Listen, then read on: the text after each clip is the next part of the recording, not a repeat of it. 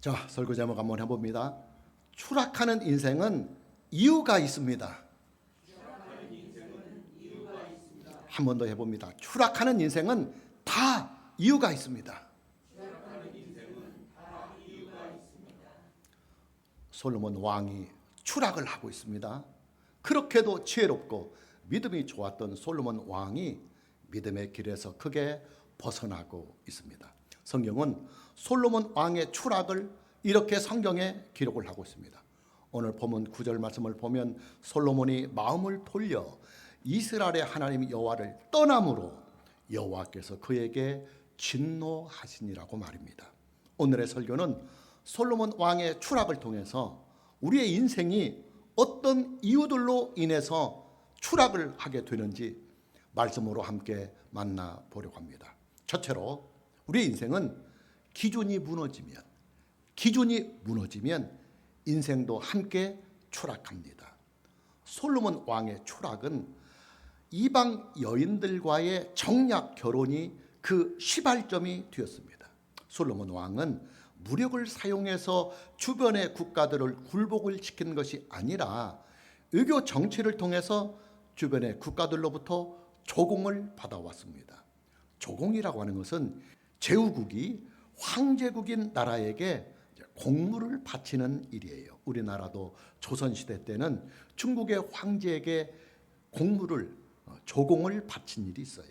솔로몬 왕이 주변의 나라들로부터 조공을 받았다고 하는 이 사실은 솔로몬 왕이 주변의 나라들을 제후국으로 삼아서 황제처럼 군림을 했다는 말이에요. 솔로몬 왕은 이런 외교 정치를 주로 정략 결혼을 통해서 이루어냈습니다. 솔로몬 왕은 주변의 나라들의 공주들과 정략 결혼을 합니다. 성경은 솔로몬 왕이 정략 결혼을 통해서 얻은 후궁과 첩이 무려 1000명이라고 기록을 하고 있습니다. 오늘 본문 3절 말씀을 보면 왕은 후궁이 700명이요 첩이 300명이라 그의 여인들이 왕의 마음을 돌아서게 하였더라. 후궁이라고 하는 것은 궁녀가 아니라 솔로몬 왕과 정식으로 결혼을 한 여인을 말합니다. 그리고 첩은 후궁의 지위보다는 조금 못하지만 솔로몬 왕과 잠자리를 함께하는 여인을 말합니다. 솔로몬 왕과 정략 결혼을 한 후궁들과 첩들은 그녀들이 섬겨왔던 우상의 신들을 가지고 와서 솔로몬의 황궁에서 그 우상들을 각자 섬겼습니다. 문제는 솔로몬 왕이 이 우상 숭배를 막지 못하고 후궁들과 첩들의 요구에 질질 끌려갔다고 하는데 문제가 있어요.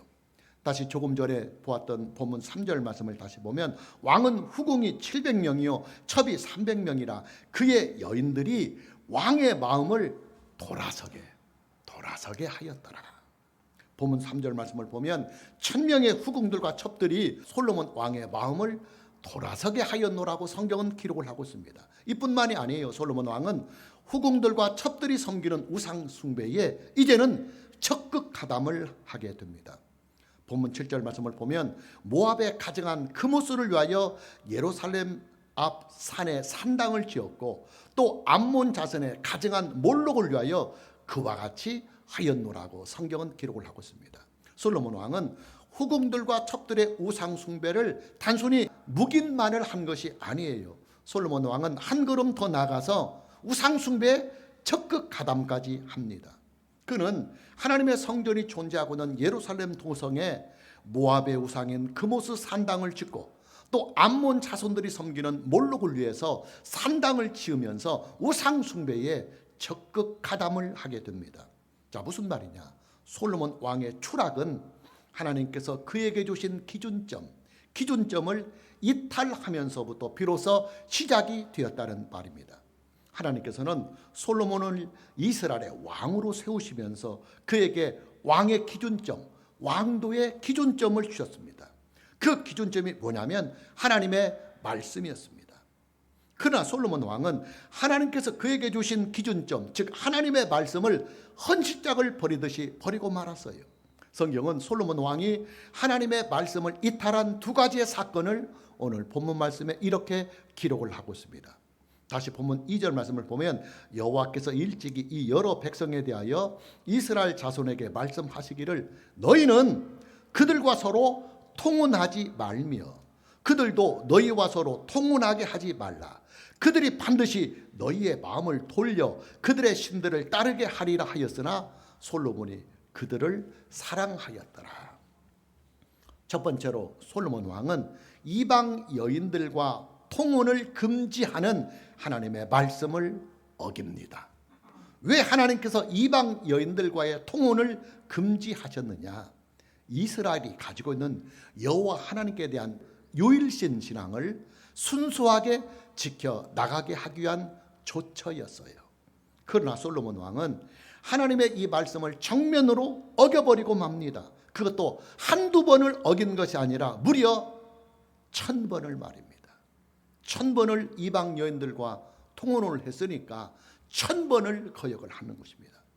두 번째 솔로몬 왕은 10계명의 제1계명까지도 정면으로 어기고 맙니다. 본문 10절 말씀을 보면 이 일에 대하여 명령하사 다른 신을 따르지 말라 하셨으나 그가 여호와의 명령을 지키지 않았으므로 그랬어요. 10계명의 제1계명은 이스라엘이 존재하는 근원이 되고 또 이스라엘을 이스라엘 되게 하는 말씀의 근원이 됩니다. 그러나 솔로몬 왕은 10계명의 제1계명조차도 헌시짝을 버리듯 버리고 맙니다. 솔로몬 왕은 하나님의 성전이 세워져 있는 예루살렘 그 도성 안에 버젓이 우상을 섬기는 산당들을 세우고 그 우상들을 섬겼어요. 여러분 10계명의 제1계명은요 하나님의 나라가 세워지는 가장 기초가 되고 기본이 되는 원칙입니다. 말하자면 헌법이 된다는 말이에요. 하나님의 나라는 왕정국가로 존재하는 나라입니다. 하나님께서는 단독으로 하나님의 나라를 세우시고 또 하나님께서는 단독으로 하나님의 백성을 선택하셔서 그 나라의 백성으로 삼으십니다. 그리고 하나님께서는 단독으로 그 백성들이 살아갈 땅을 만들어 그들에게 주시고 또 하나님께서는 단독으로 그 나라를 주권으로 통치하시는 나라, 이것이 바로 하나님의 나라입니다. 당연히 하나님의 나라는 하나님 한 분만이 군주가 되고 그리고 왕이 되십니다. 중요한 것은 영으로 존재하시는 하나님을 그의 백성들이 어떻게 섬기느냐 하는 하나님을 섬기는 섬김의 방식에 있어요. 여러분 영으로 존재하시는 하나님은요 오직 신앙을 통해서만 섬길 수가 있어요. 그런데 하나님 나라의 백성들이 하나님 이외에 다른 우상의 신들을 섬긴다고 한다면 어떤 꼴이 되겠습니까? 반역이요 내란이 되는 거지요. 쿠데타가 되는 것입니다. 왜냐하면 하나님 나라의 백성들이 하나님 이외에 다른 신을 섬긴다고 하는 것은 하나님 이외에 다른 군주를 섬기고 다른 왕을 섬기고 따른다는 말이 되기 때문에 그래요. 여러분 왕정 국가에서 그 나라를 세우고 그 나라의 주인이 되는 왕을 버리고 다른 왕을 섬긴다고 하는 것은요 엄청난 내란이요 반역이요 그리고 쿠데타가 되는 것입니다. 그래서 하나님께서는 하나님의 백성들에게 하나님 나라의 제1이 되는 원칙을 10계명의 제1계명을 통해서 주셨어요. 그 10계명의 제1계명이 뭐냐? 하나님 이외에 다른 신을 두지 말라. 하나님 이외에 다른 신을 두지 말라고 하는 계명입니다. 여러분 10계명의 제1계명은요 하나님 나라의 백성들이 반드시 지켜야만 하는 신앙의 기준점이 됩니다. 이 기준점을 이탈하면 하나님 나라의 백성이 되기를 거부하는 것이고 또 하나님 나라의 백성이 되기를 포기하는 일입니다. 하나님의 말씀은 하나님 나라에 참여한 백성들의 신앙과 인생의 기준점이 됩니다. 그리고 이 기준점은 그냥 폼으로만 있는 것이 아니라 엄격한 징계가 따르는 기준점입니다. 저는 초등학교 시절에 단거리 육상을 했었어요. 단거리 육상에서는 선수들이 달려야 할 자기 레인, 자기 코스가 딱 정해져 있어요. 이 코스를 벗어나면 그 선수는 그 즉시로 실격이 됩니다. 넓이뛰기 경기에서는 이 룰이 아주 더 엄격합니다. 넓이뛰기 경기에서는 선수들이 전부를 하는, 도약을 해서 전부를 하는 라인이 있는데 이 라인을 조금이라도 침범을 하면 그 선수는 성적이 아무리 좋아도 파울 처리가 됩니다. 왜냐? 단거리 달리기나 넓이뛰기 경기에서 나이는 기준점이 되기 때문에 그래요. 저와 여러분이 사용하고 있는 신구약 성경 66권을 우리는 정경이라고 합니다. 정경. 정경이라고 하는 것은 라틴어 캐논을 번역한 말이에요. 라틴어로 캐논이라고 하는 말은 막대기라는 말이에요. 막대기. 요즘으로 말하면 잣대라는 말입니다. 여러분, 잣대가 없었던 고대 사회에서 길이를 잴 때 어떻게 쟀냐면 막대기를 가지고 길이를 쟀어요.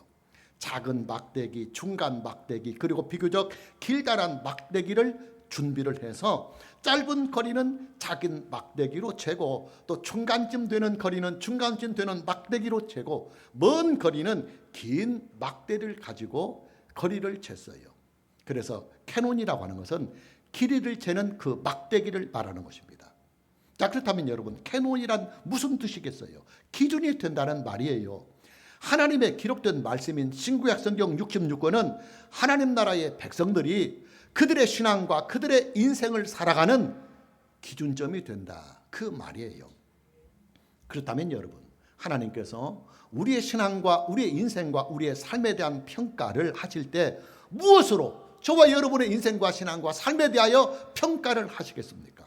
당연히 기준점이 되는 하나님의 말씀으로 우리는 하나님께로부터 우리의 인생에 대한 평가와 우리의 삶에 대한 평가와 그리고 우리의 가정에 대한 평가를 받으십니다.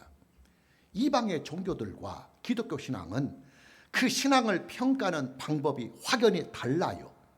이방의 종교들은 그들의 신앙을 무엇으로 평가를 받느냐면 선행, 그리고 봉사, 그리고 그들의 신앙의 정성과 열심으로 신앙을 평가받습니다. 그렇기 때문에 이방 종교에서는 그들의 정성이 담긴 천일 기도가 있고 백일 기도가 있는 것입니다. 천일 기도나 백일 기도는 정성에 그 포커스가 맞추어져 있어요. 그러나 기독교 신앙의 기준점은 오직 성경입니다. 오직 하나님의 말씀입니다. 오직 하나님의 기록된 말씀인 신구약 성경 66권만이 기독교 신앙을 평가하는 기독교 신앙의 잣대가 되고, 오직 하나님의 기록된 말씀인 신구약 성경 66권만이 기독교 신앙을 평가하는 평가의 기준점이 되고, 그리고 그들이 살아가는 인생과 삶의 기준점이 되는 것입니다. 다시 말하면 신구약 성경 66권은 저와 여러분의 인생과 그리고 신앙과 삶을 바라보는 평가는 저울이 되고 그리고 잣대가 된다는 말이에요. 당연히 하나님께 우리의 인생과 신앙과 삶에 대하여 합격점을 받는 사람이 되려면 성경대로 우리는 인생을 살아야 되고 성경대로 우리는 믿어야 합니다. 이것이 바로 기독교 신앙이 가지고 있는 최선의 삶입니다. 기독교 신자들은 어떻게 인생을 사는 것이 최선의 삶이냐면 성경대로 사는 것이 최선의 삶입니다. 그리고 기독교인들이 하나님을 믿는 그 신앙의 최선의 신앙이 어디에 있느냐면 성경대로 믿는 것입니다. 오늘 저와 여러분 모두에게 하나님께서 저와 여러분에게 주신 신앙과 인생과 삶의 기준점을, 즉 하나님의 말씀인 신구약 성경 66권을 이탈하지 아니하고 오직 성경대로만 믿고 오직 성경대로만 인생과 삶을 살아갈 수 있는 이 은혜가 있기를 주님의 이름으로 축복합니다. 자, 두 번째, 우리의 인생이 추락하는 두 번째 이유는 영적인 환경이 나쁘면 인생은 추락해요. 솔로몬 왕이 급격하게 추락을 하는데 그 원인이 있습니다. 그 원인이 뭐냐면 정략 결혼으로 인해서 맞아들인 후궁과 첩들이 황궁 안에서 우상을 섬기고 있는 그 우상 숭배에 있었습니다. 그녀들은 왕궁 안이나 그리고 왕궁 근처에 살면서 본격적으로 우상의 신들을 섬겼고 또 그 우상 숭배에 솔로몬 왕을 적극적으로 끌어들였어요. 자, 여러분이 한번 이 상황을 판단해 보십시오.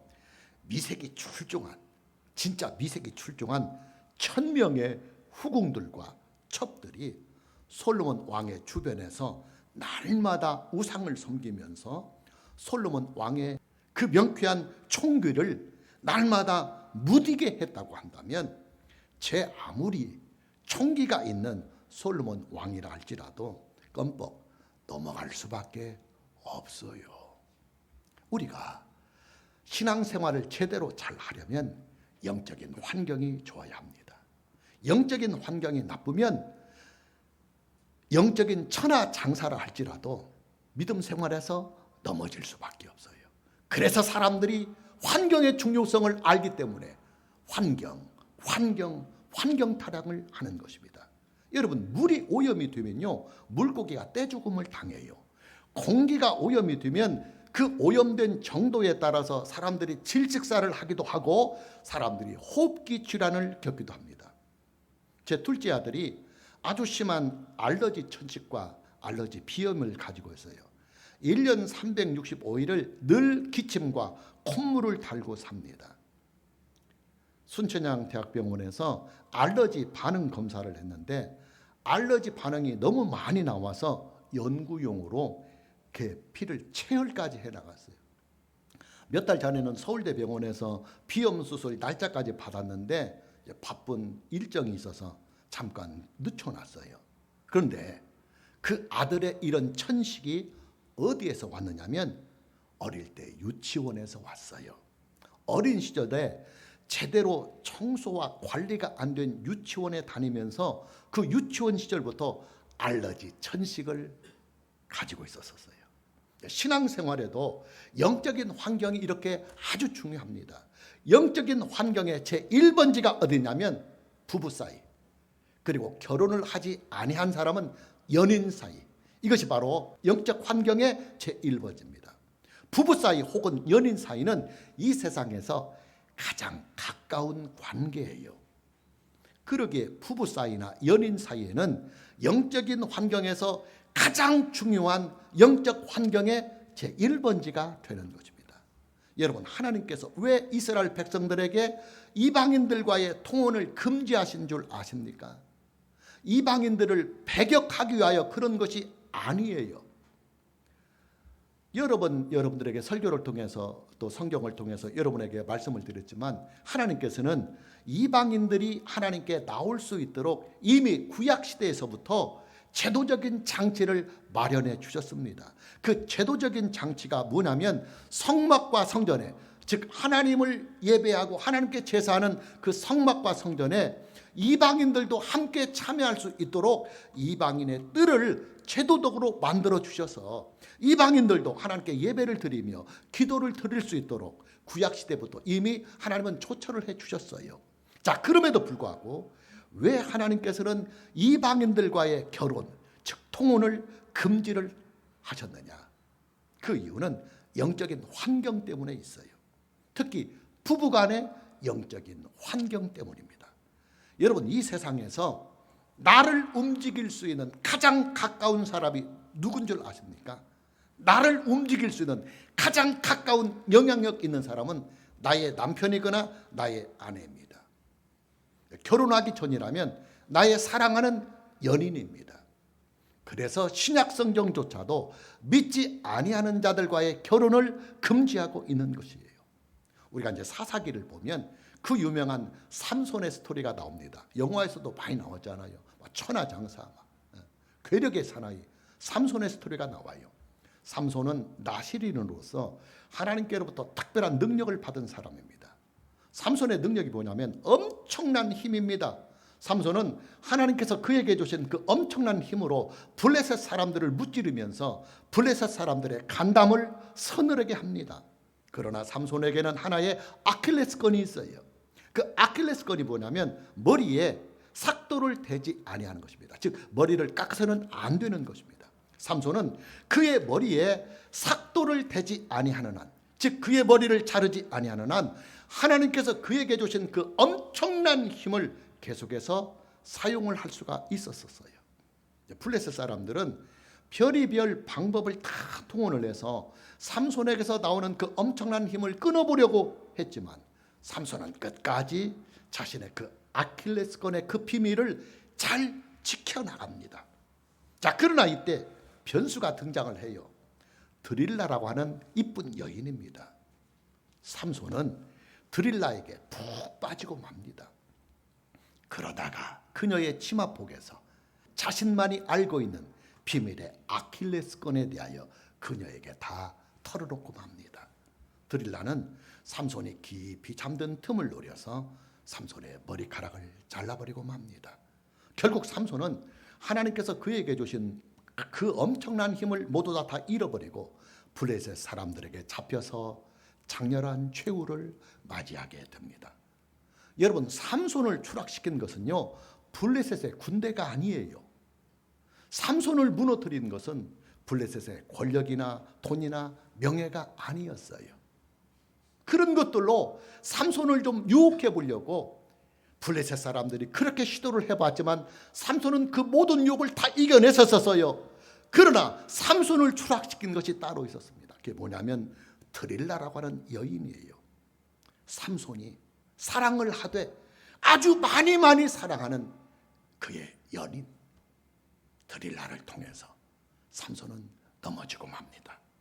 솔로몬 왕의 추락도 그의 후궁들과 첩들이 직접적인 원인이 되었습니다. 본문 3절 말씀을 다시 보면 왕은 후궁이 700명이요 첩이 300명이라 그의 여인들이 왕의 마음을 돌아서게, 하나님께로부터 돌아서게, 믿음의 자리에서부터 돌아서게, 하나님의 말씀을 순종하는 그의 인생의 자리에서 돌아서게 하였더라. 여러분, 솔로몬이 누구입니까? 솔로몬은 하나님의 지혜를 받은 사람입니다.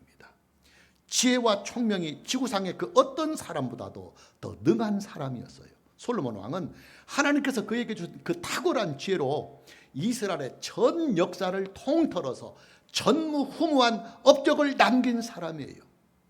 솔로몬 왕을 넘어뜨릴 사람은 이 지구상에 없을 것만 같았습니다. 그러나 그런 솔로몬 왕도 결국에는 후궁들과 첩들의 치마폭에서 처절하게 추락을 하고 마는 것입니다. 무슨 말이냐? 그만큼 영적 환경에서 부부의 영향력, 그리고 사랑하는 사람들끼리의 연인의 영향력이 그만큼 크다는 말이에요. 부부 사이나 연인 사이에서 최상의 영적인 환경은 부부가 다 예수님을 잘 믿든지 혹은 연인들이 다 함께 예수님을 잘 믿는 것, 이것이 최상의 영적 환경입니다. 그러나 혹 두 사람 중에서 한 사람만 믿는 경우가 온다고 한다면 이게 중요합니다. 영적인 주도권만은 반드시 믿는 사람이 믿는 쪽에서 가지고 있어야 합니다. 이 영적인 주도권을 상대방에게 빼앗기고 말면 믿지 아니하는 쪽으로 질질 끌려다니다가 결국에는 믿음의 길에서 떠나버리고 맙니다. 부부 사이 말고도 가족관계, 그리고 친구관계, 그리고 직장관계도 영적인 환경에서 아주 중요한 환경이 됩니다. 부모님들이 우상의 신을 섬긴다거나 형제들이나 자녀들이 기독교의 안티 세력이라고 한다면 그런 가정에서 예수님을 믿기가 참 어렵습니다. 친구들도 마찬가지고 그리고 직장도 마찬가지입니다. 저는 예수님을 영접한 후에 친구들의 그 세계에, 특히 고향 친구들과의 그 세계에서 완전히 발을 뺀 사람입니다. 제 고향 친구들은 속칭 건달들이 참 많았어요. 조폭들이 좀 있었습니다. 저는 22살 때에 예수님을 영접한 후에 그 조폭들을 찾아가서 관계의 단절을 시도했어요. 감사하게도 그 건달 친구들은 저에게 린치를 가지 아니하고 저의 그 신앙을 진심으로 이해하고 축복해 주었어요. 만일에 제가 그들과의 관계를 끊지 않았으면 저도 고향 땅에 돌아가서 상당히 그들에게 질질 끌려가면서 아마 목사 못 될 수도 있죠. 직장을 선택하는 일도 마찬가지예요. 주일이 지켜지지 못하는 직장을 선택하게 된다거나 아니면 직장의 문화나 직장의 전통이 기독교 신앙과 계속 충돌이 되는 그런 직장이 된다고 한다면 그런 직장에서 우리가 믿음 생활을 바르게 하기가 참 어려워요. 여러분, 예수님을 믿는 사람들이요, 의외로 가장 힘들어하는 일이 무엇인 줄 아십니까? 영적인 환경에서의 아픔을 겪는 일입니다.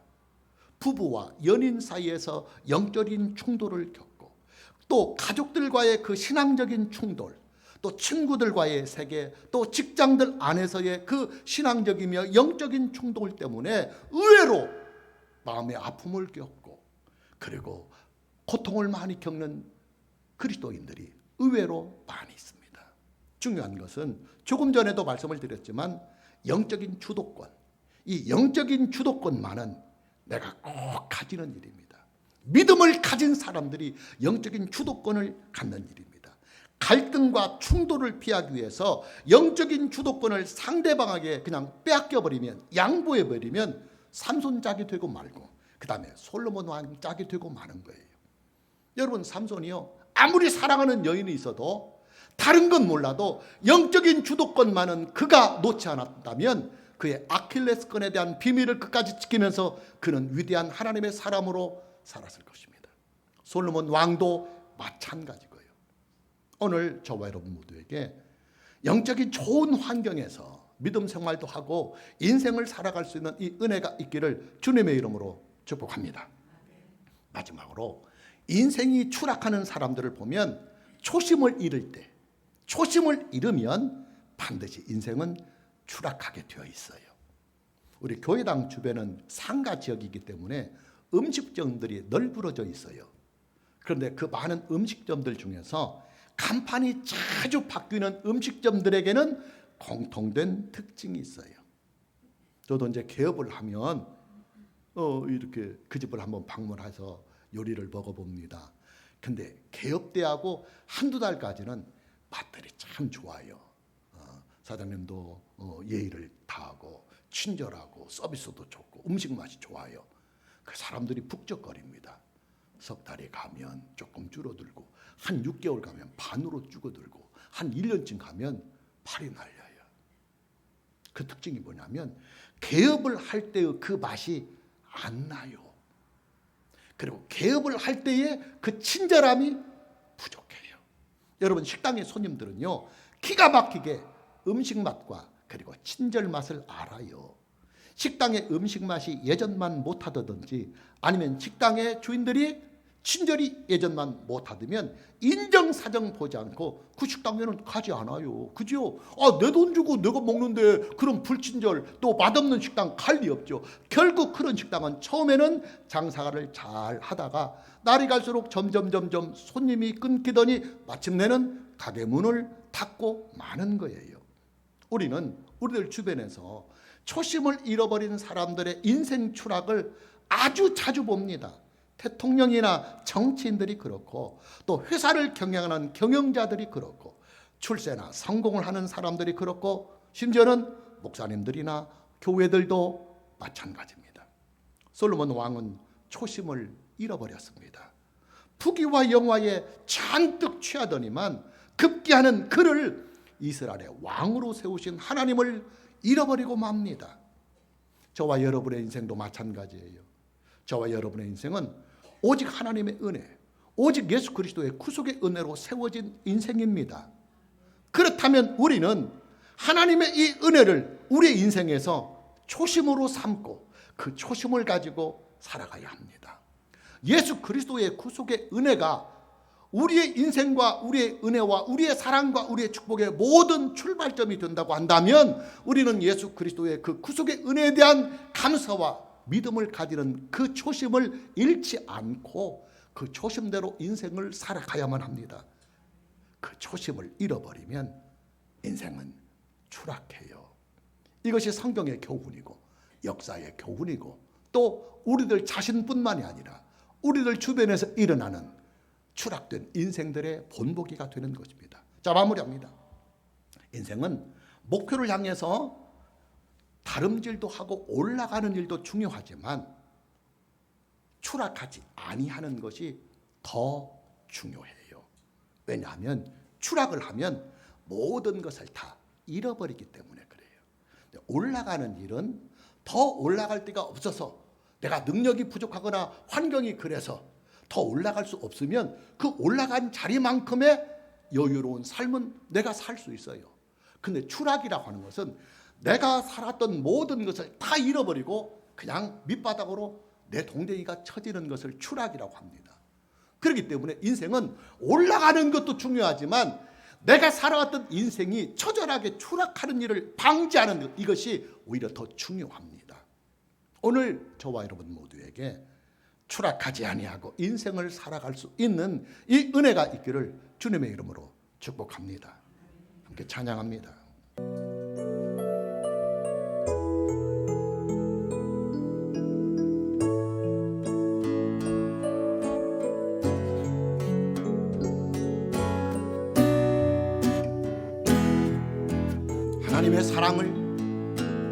하나님의 사랑을 사모한다. 하나님의 평안을 바라보는 자, 너의 모든 것 창조하신 우리 주님이 너를 얼마나 사랑하시는지 하나님께 찬양과 경배하는 자, 하나님의 선하심을 닮아가는 자, 너의 모든 것 창조하신 우리 주님이 너를 자녀 삼으셨네. 하나님 사랑의 눈으로 너를 어느 때나 바라보시고 하나님 인자한 귀로서 언제나 너에게 기울이시니 어두움에 밝은 빛을 비춰주시고 너의 작은 신음에도 응답하시니 너는 어느 곳에 있든지 주를 향하고 주만 바라. 다시 오른손 들고 처음부터 고백합니다. 하나님의 사랑을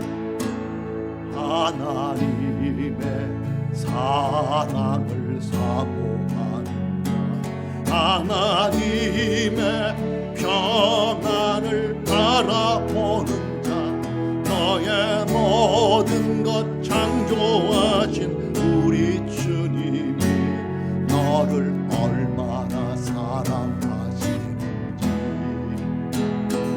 하나님께 찬양과 경배하는 자, 하나님의 선하심을 닮아가는 자, 너의 모든 것 창조하신 우리 주님이 너를 자녀 삼으셨네. 하나님 사랑의 눈으로 너를 어느 때나 바라보시고 하나님 인자한 귀로서 언제나 너에게 기울이시니 어둠에 밝은 빛을 비춰주시고 너의 작은 신음에도 응답하시니 너는 어느 곳에 있든지 주를 향하고 주만 바라. 하나님 사랑의 눈으로 두 손 들고 하나님 사랑의 눈으로 너를 어느 때나 바라보시고 하나님 인자한 귀로서 언제나 너에게 기울이시니 어둠에 밝은 빛을 비춰주시고 너의 작은 신음에도 응답하시니 너는 어느 곳에 있든지 주를 향하고 주만 바라. 주만 바라볼지라. 주만